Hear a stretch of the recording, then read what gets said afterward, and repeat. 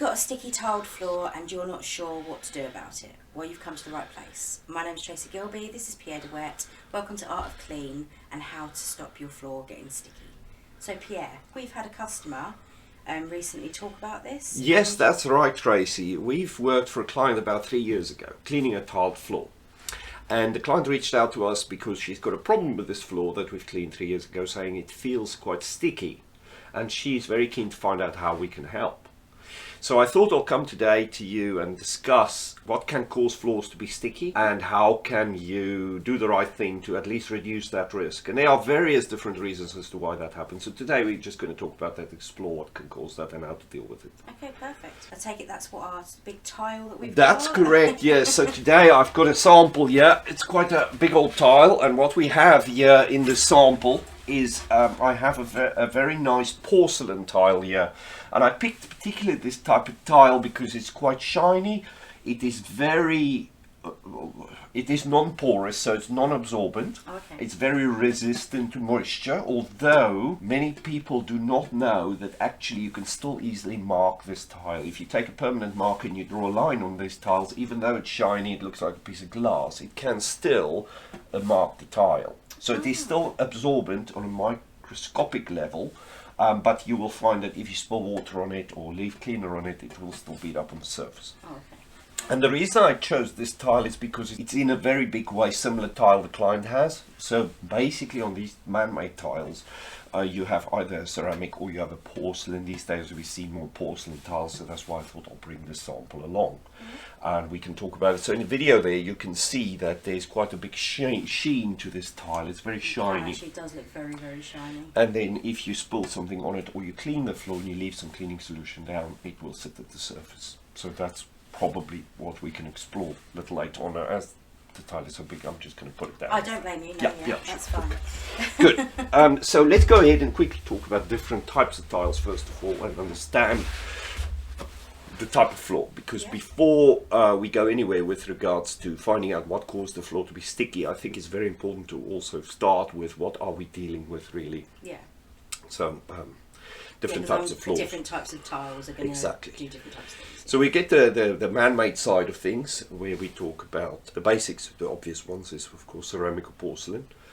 We used to see more ceramic a few years back, and more porcelain has become more prominent over the years. And then in addition to those very obvious ones, then you get clay tiles. Now clay is of course a natural product, but people will use machines to make it into a tile. So there we typically see quarry tiles, we see even Victorian tiles, even though it sounds quite old, but those are man-made tiles made of clay. Then you have cement tiles, encaustic tiles is also another name for it. And then you move from that type of tile into natural tiles, or stone rather, many times referred to as stone tiles.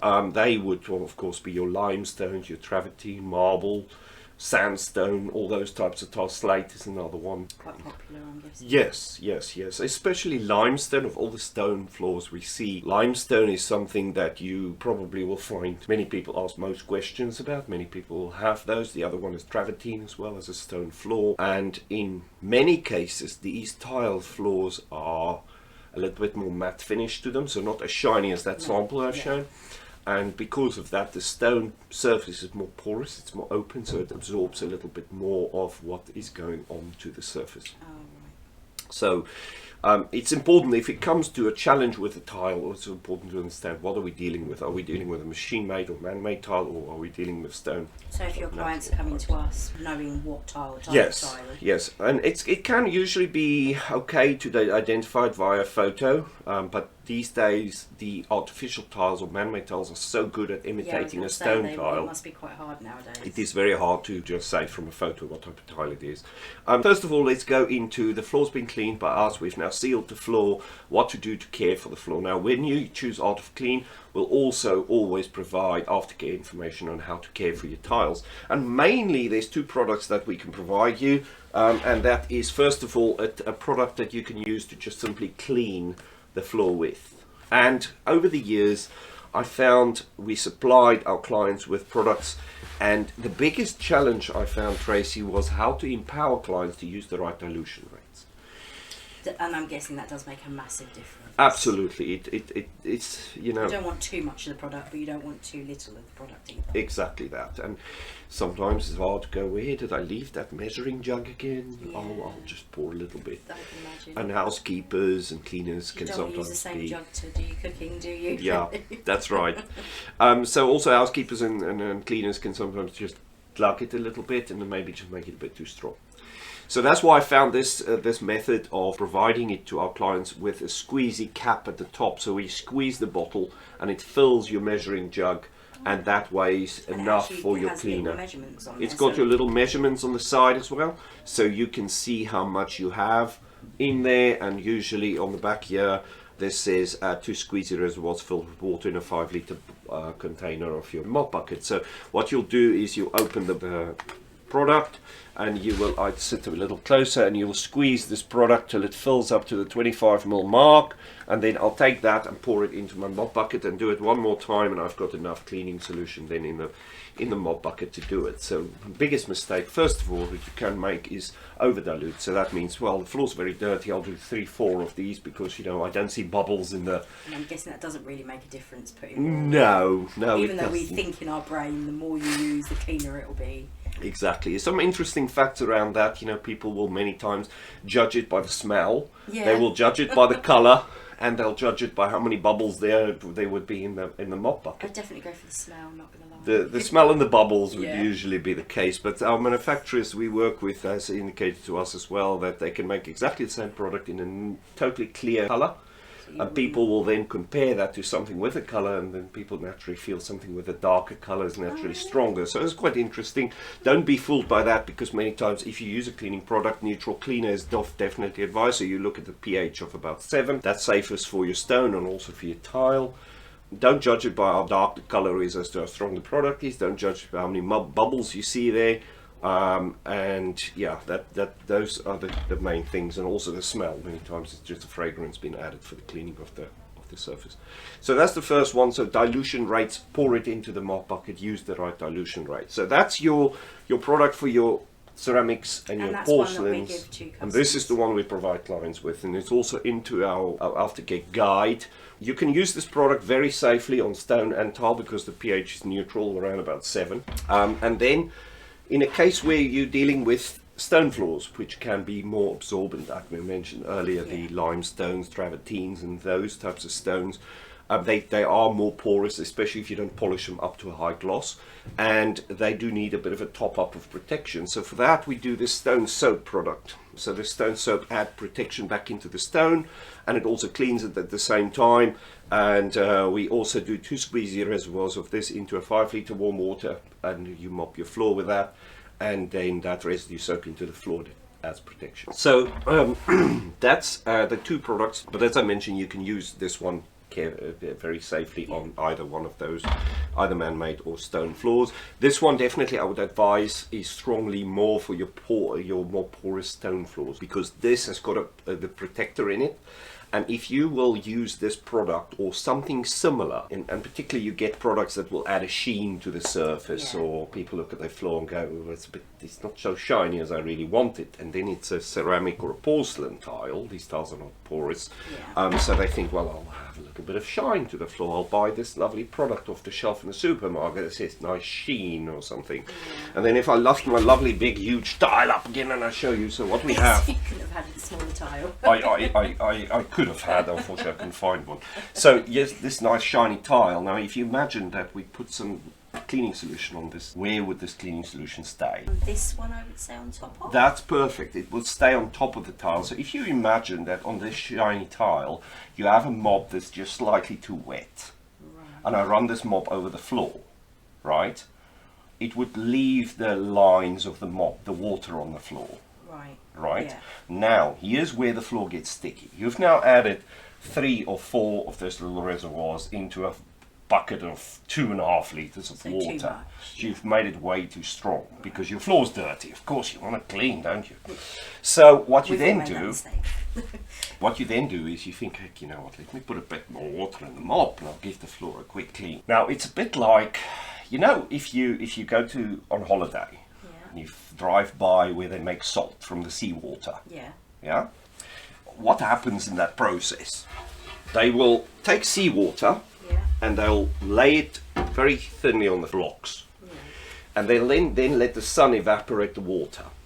So they're left with the salt. So they're left with the salt, right? And then what they'll do is, usually it would be a thick, sludgy type salty water thing, and they'll scrape it all together, and then they'll leave that to dry until they just get the salt left behind. Now, it's a bit similar to what happens on your floor if you've gone ahead and you use your cleaner and you over dilute it and you think, heck, the floor's dirty, and you've got your mop in there and you put the water on and you leave just a little bit too much down. So a similar process happens where the water evaporates, but it leaves the cleaning solution behind.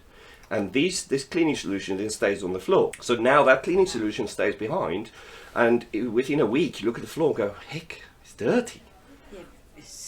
It's sticky, exactly, because that cleaning solution that you over diluted has now been left behind on the floor, and now the dog come running over it, the muddy boots go over it, and it sticks to that stickiness on the floor. That's like the salt that got left behind in those puddles next to the sea where they make the sea salt, to compare the two. Yeah. Now you think to yourself, I didn't make that cleaner strong enough last time. I'll go and say, well, it says 2 year, you know what, I'll do 6. So now you start this vicious cycle of you're just adding more, and I create that salty mud flats again where the water evaporates, plus my old cleaner, and now it adds and it adds and it adds, and it makes them stickier and stickier. And then what happens is you call us and we go, well, have you tried to just rinse the floor? Oh, okay, good idea. So get the mop and bucket. You would think to do. You won't necessarily. So you think, okay, well, let's follow this advice. I can't see how this would work. And sometimes what would happen is we'll go ahead and we'll put some water in the bucket and we're on the floor and we think, well, wash the floor with water. But don't remember how many times has this happened over time. So you've built layers up. So just once rinsing it is not necessarily enough. You really want to get that film removed from the floor. So you want to break that down. So good mop bucket with nice clean mop head, very important as well. And you want to make sure that your water is nice and warm, and then you want to mop that onto the floor, and you want to change the water often. Now what might be a good idea also is if you go, well, I'll make a weak solution of this product. So I usually would use 2 of these, I would just use 1. But I'll make the water in the bucket nice and hot, right? When it comes to cleaning anything, there's an acronym of 4 letters that's very important when it comes to cleaning anything. This is C.H.A.T, chemical, heat, agitation and time. How that works is, if I clean anything, whether it's my car, whether it's the floor, whether it's my clothes, anything, C.H.A.T is what comes into play. So you've got a chemical, which is your cleaning solution. Yeah. You've got heat, which is how hot the water is or how cold the water is, and the more you increase the heat, the better it works. Yeah.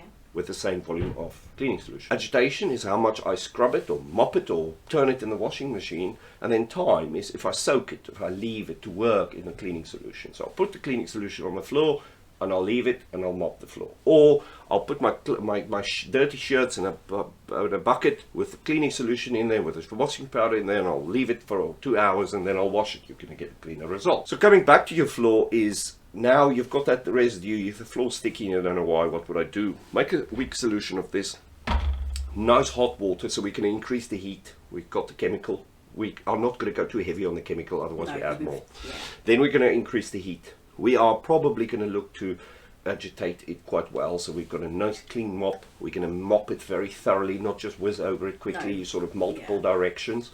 And then time is the other thing. So you want to take your time and just mop slowly and thoroughly. And the time will also come from having to change your water, because as Pierre said, changing the water is important. Changing the water is important, and this comes back to when you clean the floor, before you even have this sticky problem, when you clean the floor, is to go ahead and, just take the time with the floor, make sure these 4 measurements are nicely in place, don't over dilute your thing, use nice warm water to clean your floor, and then rinse the floor afterwards. Even if you clean the floors normal, and then just give it a rinse. Now normally this product won't need that, but if you're unsure, then that rinsing action is always a good thing to do. It's a good thing to try. It's a good thing to do. Especially if you may have in the past used too much. Yeah.